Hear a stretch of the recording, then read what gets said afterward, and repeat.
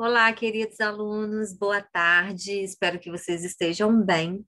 Nessa semana, a gente vai trabalhar um pouquinho a discussão sobre as rebeliões da América Portuguesa. A gente vai contextualizar o século XVII no território onde ficava o Grão-Pará e o Maranhão. Nesse contexto, o Brasil é conhecido como América Portuguesa, por quê? Porque é o território da América que está sendo colonizado por Portugal. Então, a gente ainda não era Brasil, né? A gente ainda não tinha essa identidade brasileira. Nós somos aqui parte do território de Portugal. A revolta de Beckmann, ela acontece por quê? Porque nesse contexto do 17, principalmente nessas duas regiões, no Grão-Pará e no Maranhão, a gente tem uma produção muito intensa das chamadas drogas do sertão.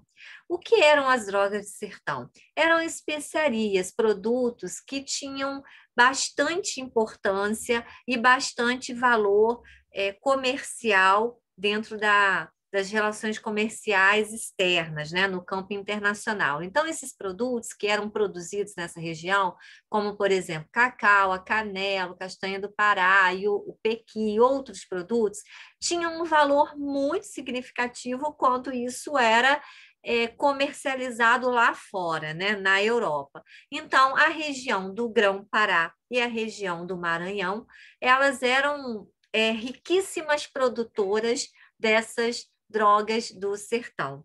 Essas drogas do sertão, elas eram enviadas para Portugal, vendidas para Portugal, e a partir daí Portugal estabelecia relações comerciais com outros países. Nesse contexto do século XVII, o que está acontecendo, né? A gente tem os indígenas que eram escravizados até então os colonos escravizavam os indígenas e eles que usavam, né, essa mão de obra indígena para que eles pudessem coletar as drogas do sertão. Só que no século XVII vai haver a proibição da escravização indígena, e isso vai deixar os colonos muito revoltados, né? Porque eles dependiam dessa mão de obra. E aí os colonos começam a reivindicar uma série de questões, a proibição da escravização indígena, o fato da gente ter preços muito baixos, né, pagos por Portugal nessas drogas do sertão, e Portugal, para dar uma resposta aos questionamentos dos colonos, vai criar a Companhia do Comércio do Maranhão.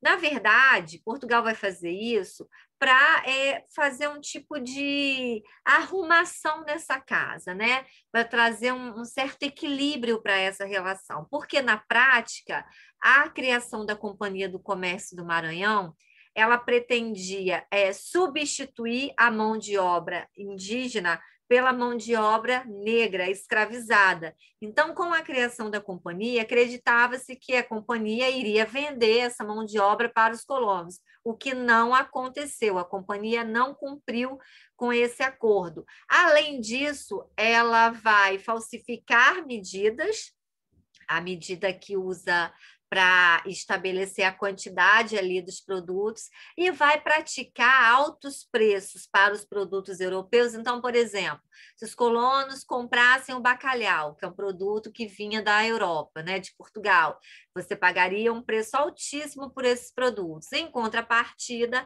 as drogas do sertão eram vendidas para Portugal com um preço muito baixo.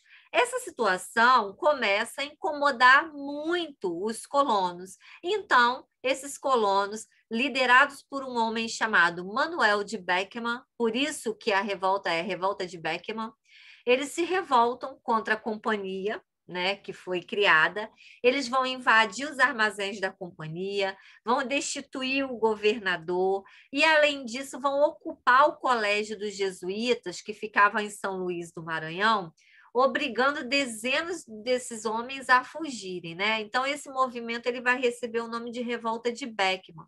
O governo português, diante dessa situação, que é uma situação grave, vai reagir prontamente. Primeira reação do governo português: enviar soldados ao Maranhão para reprimir o levante, né? Sufocar o levante.